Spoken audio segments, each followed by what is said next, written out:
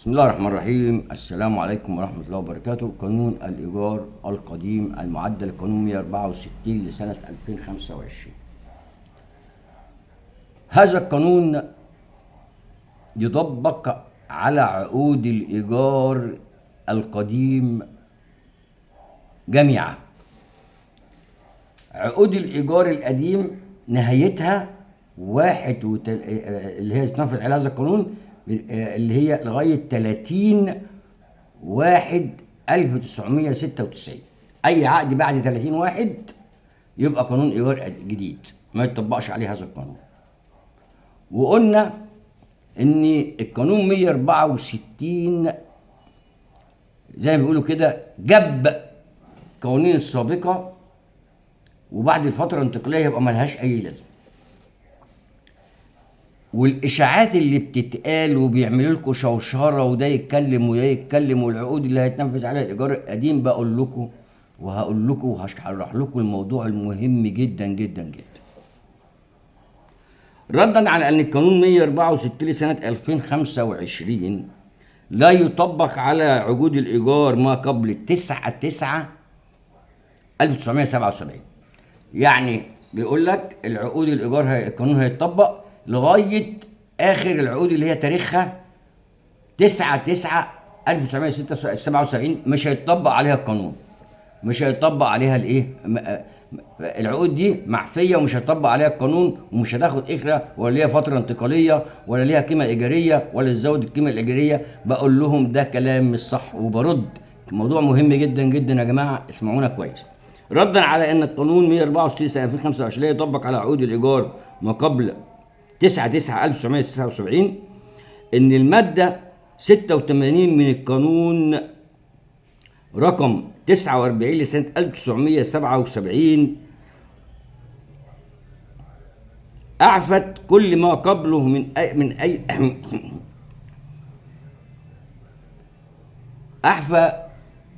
يعني القانون 177 في الماده 86 لما في هذا القانون، لما صدر القانون 49 لسنة 1977 ألغى كل القوانين السابقة بنص المادة 86 من هذا القانون. يبقى المادة 86 من القانون رقم 199 1976 ألغى جميع القوانين السابقة عن هذا القانون. ان هذا القانون الغى كل ما قبله، الغى كل ما قبله، اي انما عندما قرر المشرع وقال ان القانون 164 لسنه 2025 يطبق على العقود الخاضعه للقانون 49 ل 1977 والقانون رقم 136 لسنه 1981، وهو يعلم جيدا انها هي القوانين الساريه فقط على عقود الإيجار وما قبلها من قوانين قد تم إلغاؤه بنص القانون نفسه، نص المادة 86 من القانون 49. يعني القانون رقم 149 يطبق على كل العقود لغاية 31/1/96 هي خاضعة للقانون رقم 100.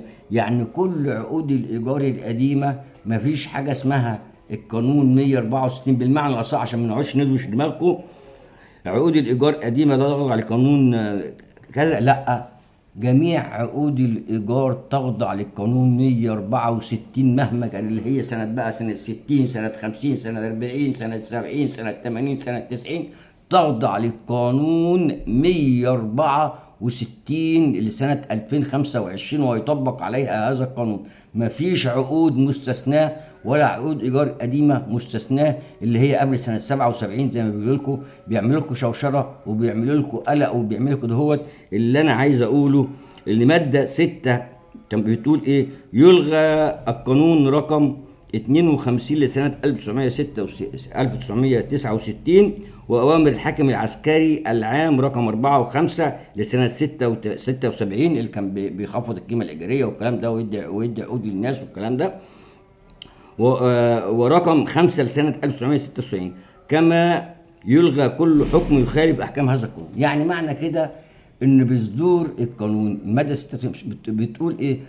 بصدور القانون 77 اتلغت كل القوانين السابقه، وكذلك بصدور القانون 164 ألغى القوانين السابقة أو إداها فترة انتقالية على هذه العقود اللي هي السبع سنين عشان يتم إلغاء هذه العقود كاملة، وإن القانون يطبق على جميع العقود. الناس اللي بتقولها في عقود مستثناة اللي هي لغاية سنة 77 يعني سنة 60 و50 و40 والكلام ده مش هيطبق عليه القانون، بقول لهم ده كلام كذب. القانون سوف يطبق على جميع العقود الإيجار لغاية 30/1/1996 وانت نازل سنة 40 سنة 50 سنة 60 سنة 70 سنة 80 سنة 90 هيطبق القانون لغاية 30/1/1996 اللي هو تاريخ العقود اللي هو يقف عندها القانون، وملوش دعوة بالعقود اللي هي من 31/1/1996. وشكرا.